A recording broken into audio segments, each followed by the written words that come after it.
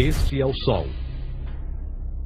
Desde o ano 10.000 a.C., a história abunda em pinturas e escritos que refletem o respeito e a adoração dos povos por este astro.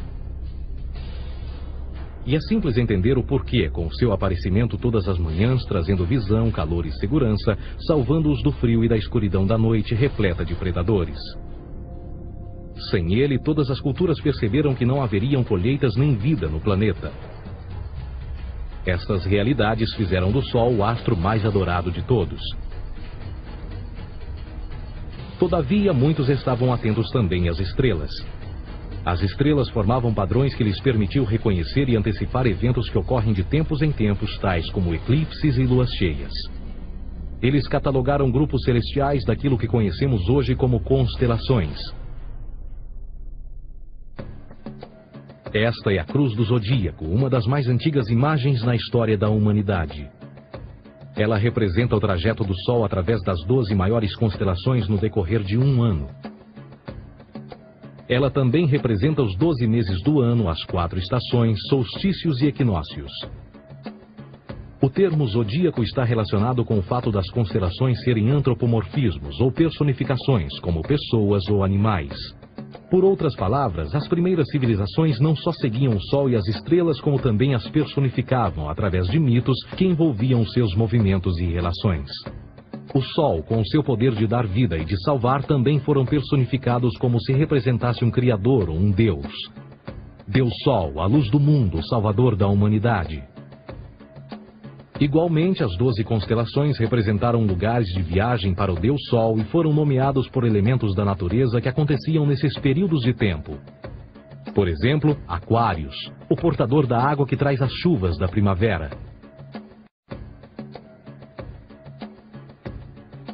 Este é Horus. Ele é o Deus Sol do Egito de 3.000 a.C. Ele é o Sol antropomorfizado e a sua vida é uma série de mitos alegóricos que envolvem o movimento do Sol no céu. Dos antigos hieróglifos egípcios conheceu-se muito sobre esse Messias solar. Por exemplo, Horus, sendo o Sol, tinha como inimigo o Deus Sete, que era a personificação das trevas ou da noite. E metaforicamente falando, todas as manhãs Horus ganhava a batalha contra Sete. E no fim da tarde, Sete conquistava Horus e o enviava para o mundo das trevas. Será importante frisar que trevas versus luz ou bem versus mal tem sido uma dualidade mitológica onipresente que ainda hoje é usada em muitos níveis. No geral, a história de Horus é a seguinte. Horus nasceu em 25 de dezembro da Virgem Isis Mary. O seu nascimento foi acompanhado por uma estrela no oeste, que por sua vez foi seguida por 3 reis em busca do Salvador recém-nascido. Aos 12 anos era uma criança prodígio nos ensinamentos, e aos 30 anos ele foi batizado por uma figura conhecida por Anup, e assim começou o seu ministério. Horus teve 12 discípulos e viajou com eles, fazendo milagres tais como curar os enfermos e andar sobre as águas. Horus também era conhecido por vários nomes como a Verdade, a Luz, o Filho Adorado de Deus, o Bom Pastor, Cordeiro de Deus, entre muitos outros. Depois de ter sido traído por Tifão, Horus foi crucificado, enterrado por 3 dias e então ressuscitou. Estes atributos de Horus, originais ou não, parecem influenciar várias culturas mundiais e muitos outros deuses encontrados com a mesma estrutura mitológica. Atis da Firígia nasceu da Virgem Nana em 25 de dezembro. Crucificado, foi posto na tumba e 3 dias depois ressuscitou. Krishna, da Índia, nasceu da Virgem Davaki com uma estrela no ocidente assinalando sua chegada, fez milagres juntamente com seus discípulos e após sua morte ressuscita. Dionísio da Grécia nasceu de uma virgem em 25 de dezembro. Foi um professor peregrino que praticou milagres como transformar água em vinho e é referenciado como Rei dos Reis, Filho unigênito de Deus, o início e o fim, entre muitas outras coisas, e após sua morte ressuscitou. Mitra da Pérsia nasceu de uma virgem em 25 de dezembro. Ele teve 12 discípulos e fazia milagres. E após sua morte foi enterrado por 3 dias e então ressuscitou. Ele também foi chamado de a Verdade, a Luz, entre outros. Curiosamente, o dia sagrado de adoração a Mitra era um domingo. O que importa salientar é que existiram inúmeros salvadores em diferentes períodos em diversos lugares da Terra que preenchem essas mesmas características. A pergunta que não quer calar: o porquê desses atributos? Por que o nascimento de uma virgem em 25 de dezembro? Por que a morte e a ressurreição após 3 dias? Por que os 12 discípulos ou seguidores? Para descobrirmos, vamos examinar o mais recente dos Messias solares. Jesus Cristo nasceu em 25 de dezembro em Belém. Ao nascer foi anunciado por uma estrela no ocidente que seria seguida por 3 reis magos para encontrar e adorar um novo Salvador. Tornou-se pregador aos 12 anos. Aos 30 anos foi batizado por João Batista e então iniciou seu ministério. Jesus teve 12 discípulos que viajaram com ele praticando milagres como curar doentes, andar sobre a água, ressuscitar mortos. Ele também é conhecido como Rei dos Reis, o Filho de Deus, a luz do mundo, o início e o fim, o Cordeiro de Deus, entre muitos outros.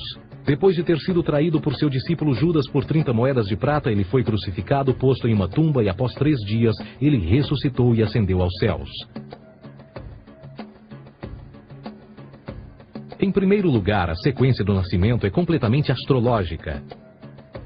A estrela no ocidente é Sírius, a mais brilhante do céu noturno, que a cada 24 de dezembro se alinha com outras 3 estrelas brilhantes no cinturão de Órion. Essas 3 estrelas brilhantes são chamadas hoje como eram na antiguidade: 3 reis, 3 Marias no Brasil e Portugal. Os 3 reis e a estrela mais brilhante, Sírius, todas apontam para o nascer do Sol em 25 de dezembro. Esta é a razão pela qual os 3 reis seguem a estrela a oeste em uma ordem que apontam ao amanhecer, o nascimento do Sol.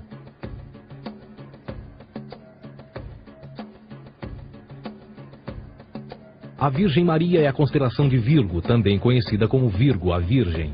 Virgo em latim significa virgem. Virgo também é conhecida como a casa do pão. E a representação de Virgo é uma virgem segurando um feixe de espigas de trigo. Esta casa do pão e o seu símbolo das espigas de trigo representa agosto e setembro, a época das colheitas. Por sua vez, Belém é a tradução ao pé da letra de a casa do pão. Belém também é a referência à constelação de Virgem, um lugar no céu, não na terra. Existe outro fenômeno muito interessante que ocorre em 25 de dezembro, é o solstício de inverno. Do solstício de verão ao solstício de inverno, os dias se tornam mais curtos e frios. Da perspectiva de quem está no hemisfério norte, o Sol parece se mover para o sul, ficar menor e mais fraco. O encurtamento dos dias e o fim das colheitas conforme se aproxima o solstício de inverno, simbolizando o processo de morte. Era a morte do Sol. Pelo 22º dia de dezembro, o falecimento estava completamente realizado e faz com que atinja seu ponto mais baixo no céu. Aqui algo curioso acontece. O Sol para de se mover por 3 dias. Durante estes 3 dias, o Sol fica pelas redondezas da constelação do Cruzeiro do Sul, ou Alfa Crucis. Depois desse período, em 25 de dezembro, o Sol se move 1 grau, dessa vez para o norte, trazendo perspectiva de dias maiores, mais calor e a primavera. E assim se diz: o Sol morreu na cruz, ficou morto por 3 dias, apenas para ressuscitar ou nascer mais uma vez.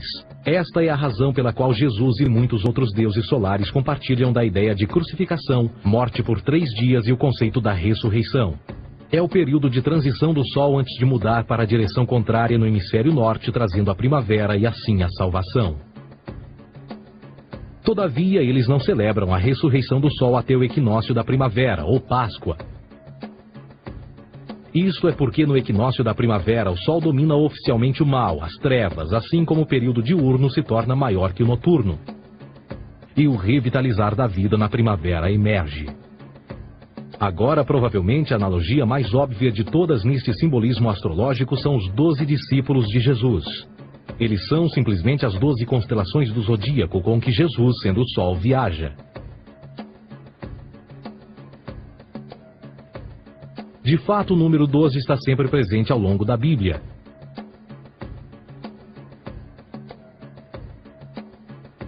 Voltando à cruz do zodíaco, o elemento figurativo da vida é o Sol. Isto não é uma mera representação artística ou ferramenta para seguir os movimentos do Sol. Era também um símbolo espiritual pagão. Uma logografia similar a isto. Isto não é um símbolo do cristianismo. É uma adaptação pagã da cruz do zodíaco.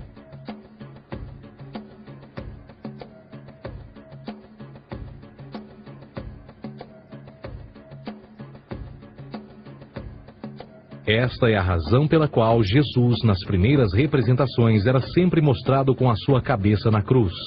Jesus é o Sol, Filho de Deus, a luz do mundo. O Salvador a erguer-se, que renascerá, assim como o Sol faz todas as manhãs. A glória de Deus que defende contra a força das trevas. Assim como renasce a cada manhã, e que pode ser visto através das nuvens, lá em cima nos céus, com a sua coroa de espinhos ou os raios de sol.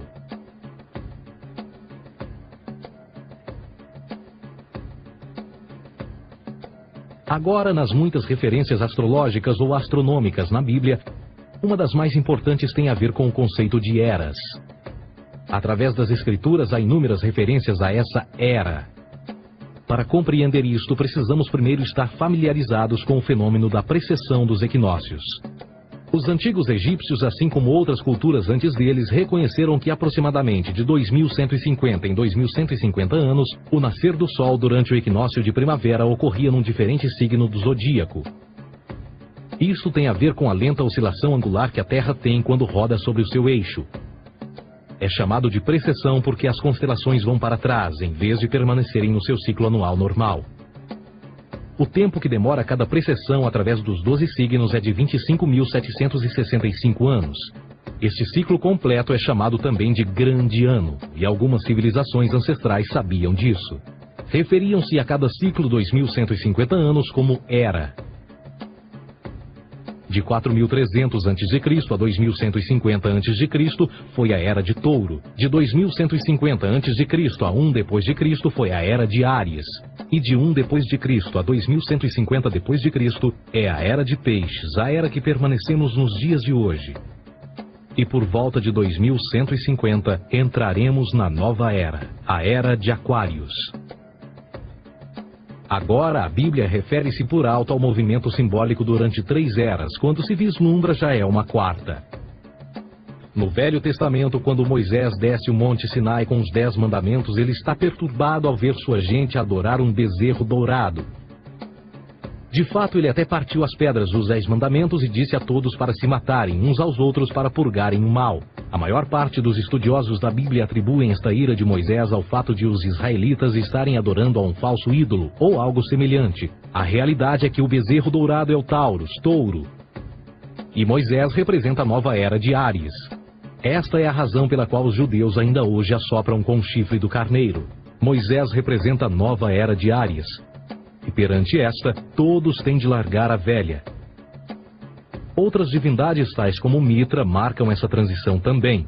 Um deus pré-cristão que mata o touro, na mesma linha simbólica. Agora Jesus é a figura portadora da era seguinte à de Áries, a Era de Peixes. O simbolismo de peixes é abundante no Novo Testamento, assim como Jesus alimenta 5.000 pessoas com pão e 2 peixes. No início do seu ministério, enquanto caminhava ao longo da Galileia, conhece 2 pescadores que o seguem.